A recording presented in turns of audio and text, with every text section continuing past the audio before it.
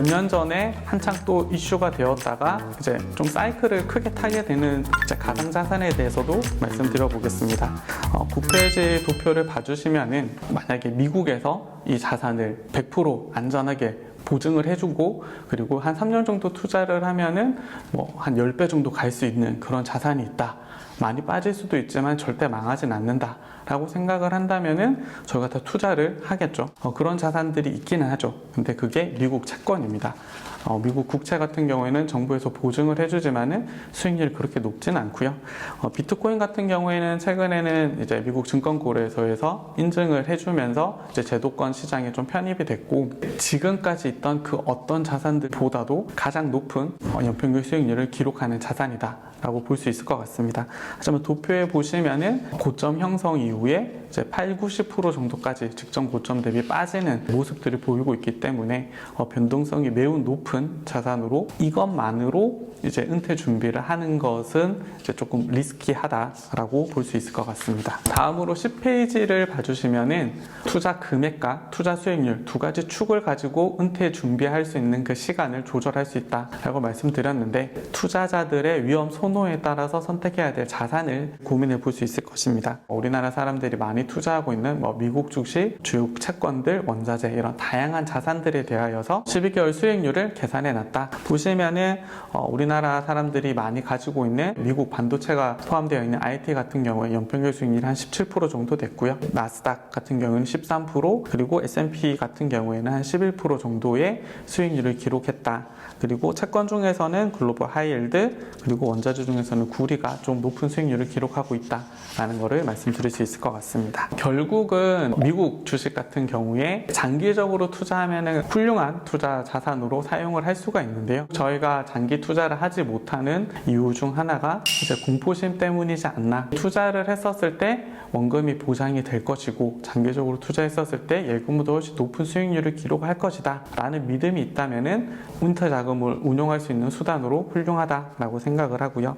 도표를 봐주시면은 1930년대 대공황 같은 그런 경우가 아니고서는 이제 직전 고점 대비 한 40%에서 한 50% 정도 빠지는 모습으로 S&P는 기록을 하였습니다. 그리고 주가 지수를 보면은 장기적으로 우상향하는 흐름을 보였습니다. 결국 성장하는 나라, 계속해서 이익을 창출할 수 있는 혁신적인 기업들이 포함되어 있는 지수다 라고 한다면은 등락은 있을지언정 장기적으로 우상향하는 모습을 보일 것이고요. 그러한 믿음이 있다면은 3년 이상, 그리고 어차피 저희가 한 10년, 15년, 20년 정도를 은퇴 준비를 해야 된다라고 한다면은 훌륭한 투자 수단이 될 수 있지 않나 라고 생각을 합니다.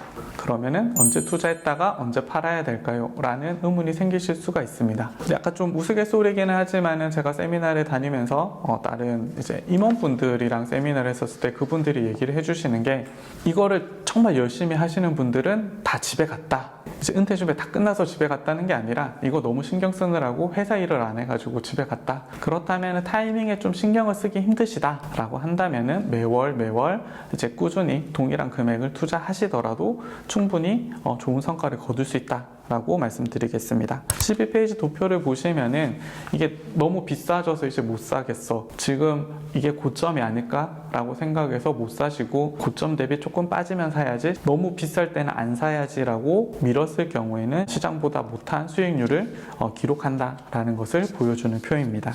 하지만 저희가 이제 더 높은 수익률이 필요하다. S&P 같은 경우에 한 11%, 나스닥이 13% 정도인데 그 정도 수익률을 가지고 은퇴 시점까지 남아있는 기간을 고려했었을 때 11억 5천 좀 모으기 힘들 것 같다. 그래서 레버리지를 사용해야 될 것 같다 라고 생각이 드신다면 투자 타이밍을 고민을 하셔야 될 것 같고요. 13페이지 도표 같은 경우에는 이제 어떤 절대적인 기준은 아닙니다. 한 6개월 정도 주가지수 기울기를 그려봤었을 때 마이너스가 될 경우에는 주식 비중을 줄이고 S&P 500의 MDD 기준으로 마이너스 40% 정도 빠졌을 때는 더 이상 빠질 데가 없으니 다시 주식에 투자를 하겠다 라는 식으로 투자를 했을 경우에는 장기적으로 시장을 아웃퍼폼하는 수익률을 기록할 수 있다라는 표입니다. 추가로 이제 우리나라에서 미국에 투자를 한다면은 환은 어떻게 해야 될 것인가? 라는 부분에 대한 고민이 있으실 수 있는데요. 은퇴 준비 같은 경우에는 장기간 투자를 하기 때문에 결론적으로는 환은 오픈하시는 게 훨씬 유리하다라고 말씀드릴 수 있을 것 같습니다. 14페이지 도표를 봐주시면은 초록색 선이 원화를 달러로 환전해서 투자했었을 때의 수익률이고요. 회색 선은 그냥 원화로 계속 투자를 했었을 때의 수익률입니다. 환을 오픈해서 하는 게 장기적으로 좀 더 높은 수익률을 기록을 하실 수 있고요. 환 해지에 들어가는 비용을 고려하더라도 장기적으로 봤었을 때 꾸준히 발생하는 비용을 최소화하는 것이 장기적인 관점에서 훨씬 좋습니다. 다음으로 개별 종목에 대해서 좀 말씀을 드리면은 개별 종목 한 종목을 잘 찍어서 그 종목으로 은퇴를 한다라는 게 쉽지는 않습니다. 쉽지는 않지만 종목을 통해서 더 높은 수익률을 추구를 한다라고 한다면은 어느 정도 유니버스를 스크리닝하는 것이 필요하다. 15페이지에 있는 도표를 봐주시면은 미국에 상장되어 있는 ETF가 테마 ETF가 한 230개, 240개 정도가 됩니다. 그럼 이 테마 ETF들을 쭉 정리를 해놓은 거고요. 정리해 보면은 한 30개 정도의 테마로 정리를 할 수가 있습니다. 그럼 이런 30개의 테마 중에서 어떠한 테마랑 연관되어 있는 종목들이 있는가 라는 걸 볼 수 있는데요. 최근에 급등했던 엔비디아라는 종목이 이 30개의 테마 중에 몇 개랑 연관이 있는가 라는 것입니다. 엔비디아는 인공지능이랑도 관련이 있고요. 사이버 보안이랑 연결되어 있고요. 빅데이터랑도 연결되어 있고 여러 분야에 대해서 연결이 되어 있습니다. 그 기업 리스트를 정리한 게 16페이지에 있는 도표라고 봐주시면 될 것 같고요. 여기 보시면 엔비디아는 18개의 관련된 테마를 연결되어 있고 아마존은 17개, 메타 같은 경우 16개의 테마랑 연결되어 있다. 최근 10년간 연평균 수익률을 살펴보면은 여러 분야의 테마와 연결되어 있을수록 좀 더 높은 수익률을 기록을 했습니다. 당연히 여러 가지 테마랑 연결되어 있었기 때문에 다 좋았던 거 아니냐, 이게 사후적인 게 아니냐 라고 생각을 하실 수 있는데요. 어느 정도 실적도 계속 받쳐줬었고 사회의 구조적 변화에서 수혜가 예상되는 기업들이었었기 때문에 성장을 했다 라고 봐주시면 될 것 같고요. 이제 초대형주 종목 하나를 가지고 하신다면은 초대형주보다는 어느 정도 시총이 되는 종목들 중에서 이제 초대형주가 될 수 있는 그런 종목들에 관심을 가져보시는 것도 좋을 것 같습니다.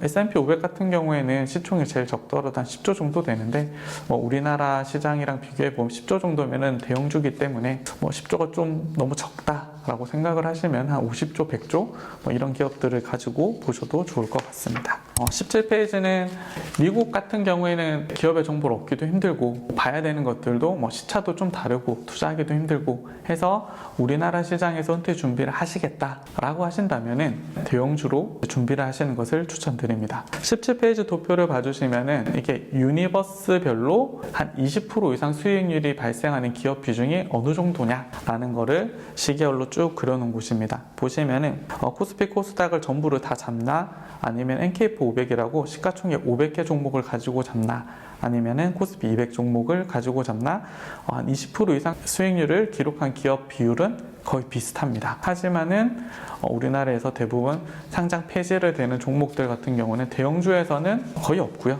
중소형주에서 거의 대부분 상장 폐지가 이루어지는데 아무래도 은퇴 자금 같은 경우에는 우리의 노후를 준비해야 되는 자금인 만큼 안정성을 좀 중요시 하시는 것도 필요하다라고 생각을 합니다. 11억 5천을 다 못 모았다 라고 한다면은 적정 생활비 수준에서 내가 어느 정도 좀 줄일 수 있는가, 그리고 지금까지 모아놓은 돈을 투자를 했었을 때 매월 발생할 수 있는 이자 소득이 얼만큼 될 것인가에 대한 고민이 필요합니다. 근데 최근에 좀 핫한 월배당 쪽 ETF가 많이 사용이 되고 있는데요. 안정적인 현금 흐름을 계속해서 창출해 주고 있다, 실제로 내 계좌에 찍히는 게 보인다 라는 부분이 고객들의 페인 포인트를 잘 자극한 것 같고요. 그래서 많은 자금들이 모이고 있습니다. 결국은 모아놓은 돈을 투자를 해서 어떻게 좀 안정적으로 운용을 할 것인가, 여러 가지 수단들이 있겠지만은 8페이지에 있는 종류를 보시면 커버드 콜이 투자 대비 실제로 받을 수 있는 월 배당금이 좀 큰 편이고, 아니면 리츠나 멀티에셋, 채권, 주식 다양한 방식들을 통해서 이자를 수령을 할 수 있습니다. 하지만 조금 주의하셔야 될 게 커버드 콜 같은 경우에는 자산의 가치가 상승할 경우에 미래의 이익을 포기하고 이거를 배당으로 받는 것이기 때문에 장기 성과 측면에서는 좀 안 좋을 수가 있습니다. 20페이지 도표를 봐주시면은 다우존스 존스 US 디비던드 100이라는 지수가 있는데요. 프라이스 리턴과 배당을 반영한 토탈 리턴의 수익률 차이가 한 3.8%포인트 정도 됩니다. 근데 이게 커버드 콜을 이용을 해서 월 배당 금액을 조금 더 추구를 많이 하면 할수록 왼쪽에 보시는 것처럼 10%의 배당 수익률을 추구를 한다 라고 한다면은 토탈 리턴 관점에서 한 8.5% 대신에 3%의 배당 수익률을 추구한다 라고 했었을 때 토탈 리턴은 10.7% 정도가 됩니다. 미래에 받을 돈을 현재로 좀 땡겨서 받는다는 측면인 거지, 커버드 콜을 사용했기 때문에 내가 전체 받을 수 있는 총 금액이 늘어난다 라는 건 아니다 라는 거를 기억해 주시고요. 은퇴 시점에 맞춰서 현재까지 모여있는 자금, 그리고 내가 계속 일할 수 있는 시기, 이런 것들을 종합적으로 고려하셔서 적정한 이제 배당 수익률을 추구하시는 것이 좀 더 맞지 않나 라고 생각합니다.